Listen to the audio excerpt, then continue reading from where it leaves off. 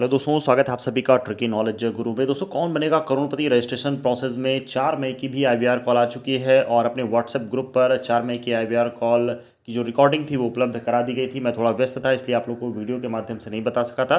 तो दोस्तों चलिए, यहाँ पर मैं वीडियो के माध्यम से आपको पूरी रिकॉर्डिंग तो सुनाऊंगा ही, साथ ही साथ आपको कुछ ऐसे भी पॉइंट मैं बताऊंगा जिससे कि आपके पास जब भी आईवीआर कॉल आएगी तो आपको कोई भी प्रॉब्लम ना हो पाए। क्योंकि मैं देख रहा हूँ लगातार बहुत सारे साथी उनके पास आईवीआर कॉल आ रही है और उसके बाद भी वो गलती कर दे रहे हैं। तो चलिए हम लोग पहले सुनते हैं दोस्तों, आज यानी कि 4 मई की आईवीआर कॉल में कौन कौन से प्रश्न पूछे गए हैं। और नियर टू करेक्ट, जैसा कि मैंने पहले ही बताया था, सबसे पहले अपने चैनल के माध्यम द्वारा ही बताया गया था कि इस बार एनटीए क्वेश्चन यानी कि नियर टू करेक्ट वाला जो प्रश्न है वो नहीं पूछा जाएगा और वही प्रोसेस चल रहा है। तो चलिए पहले हम लोग सुनते हैं आज के यानी 4 मई के आईवीआर कॉल की पूरी रिकॉर्डिंग, और इसमें जो भी मैं बातें बताऊंगा दोस्तों उसको ध्यान से सुनिएगा।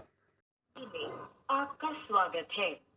कृपया हमें बताएं कि आप किस भाषा में इस कॉल को जारी रखना चाहते हैं। हिंदी के लिए इस मोबाइल नंबर से केबीसी के लिए रजिस्टर किया गया है। मैं रजिस्टर करने वाले व्यक्ति से बात करना चाहती हूँ। यदि आपने रजिस्टर किया है तो 1 दबाइए। यदि आप अगले राउंड के लिए चुने जाते हैं तो आपको मई 2023 और जून 2023 के बीच ग्राउंड ऑडिशन के लिए यात्रा करनी होगी। क्या आप इस दौरान उपलब्ध रहेंगे? यदि हाँ तो 1 दबाइए। देखिए दोस्तों, यहाँ पर पूछता है कि यदि आपने रजिस्टर किया है तो 1 दबाएं, तो यहाँ पर आपको 1 प्रेस करना है। यात्रा के लिए आप उपलब्ध रहेंगे या नहीं, यहाँ पर दोस्तों आपको 1 प्रेस करना है, यानी कि आपको बताना है कि मैं उपलब्ध रहूंगा। ठीक है, आगे बढ़ते हैं। यदि आप ऑडिशन के बाद मुख्य दौर के लिए चुने जाते हैं तो आपको जुलाई 2023 और दिसंबर 2023 के बीच कुछ दिनों के लिए शूट के लिए मुंबई आना पड़ सकता है। क्या आप इस दौरान शूट के लिए उपलब्ध रहेंगे? यदि हाँ, कृपया अपना रजिस्ट्रेशन पूरा करने के लिए अब पूछे जाने वाले प्रश्नों के उत्तर दें। 29 अप्रैल 2023 तक पूर्ण वर्षों में अपनी आयु दर्ज करें।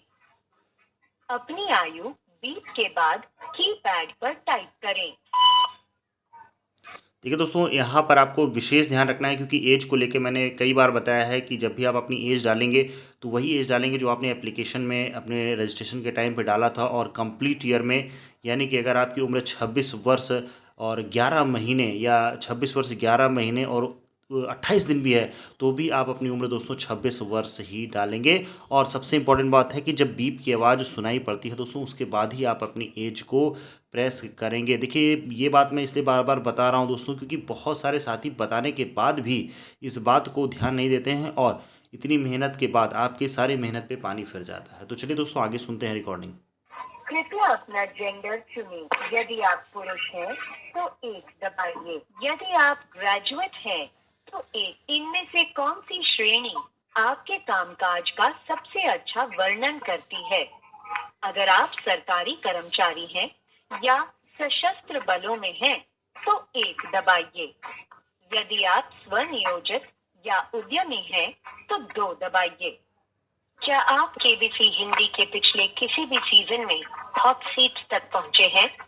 यदि हाँ तो 1 दबाइए। यदि नहीं तो 2 दबाइए। देखिए दोस्तों, यहाँ पर बहुत सारे साथी गलती कर दे रहे हैं क्योंकि यहाँ पर पूछा जा रहा है कि अगर आप हॉट सीट पर पहुँचे हैं तो 1 दबाएं। अभी तक पिछले सभी ऑप्शन में 1 के लिए बोला गया था, यानी कि 1 के लिए हम लोग एलिजिबल थे। और यहाँ पर क्या होता है, जल्दबाजी में बहुत सारे साथी क्या कर दे रहे हैं, 1 दबा दे रहे हैं, जिससे कि उनका कॉल डिस्कनेक्ट हो जा रहा है। क्योंकि यहाँ पर अगर आप हॉट सीट पर पहुँचे हैं एक बार भी तो फिर आप एलिजिबल नहीं हैं। हाँ, अगर आप फास्टेस्ट फिंगर फर्स्ट तक भी पहुँचे हैं तो आप एलिजिबल हैं। यानी कि यहाँ पर ये विशेष ध्यान रखना है, आपको 2 प्रेस करना है इस वाले ऑप्शन पर। अब आपको 2 सवालों के जवाब देने होंगे। आपका पहला सवाल है, सीख, कलमी और शम्मी किसके उदाहरण हैं? 1 दबाइए यदि आपका उत्तर है सब्जियां। 2 दबाइए यदि आपका उत्तर है मीठे पेय पदार्थ। 3 दबाइए यदि आपका उत्तर है कबाब। कबाब। पुष्टि करने के लिए 9 दबाएं। देखिए दोस्तों, यहाँ पर इस प्रश्न का सही जवाब था कबाब, और जिस भी साथी ने जवाब दिया बिल्कुल सही जवाब दिया था। और जब भी आप जो भी आंसर प्रेस करेंगे तो IVR कॉल में उसको वो रिपीट भी करते हैं, ठीक है। और उसके बाद आपको पुष्टि करने के लिए यानी कि कंफर्म करने के लिए 9 प्रेस करना है। इस बात का भी विशेष ध्यान रखना है, क्योंकि बहुत सारे साथी क्या कर रहे हैं, हैश प्रेस कर दे रहे हैं या स्टार प्रेस कर दे रहे हैं। तो इसका आपको दोस्तों विशेष ध्यान रखना है। आगे बढ़ते हैं, रिकॉर्डिंग सुनते हैं।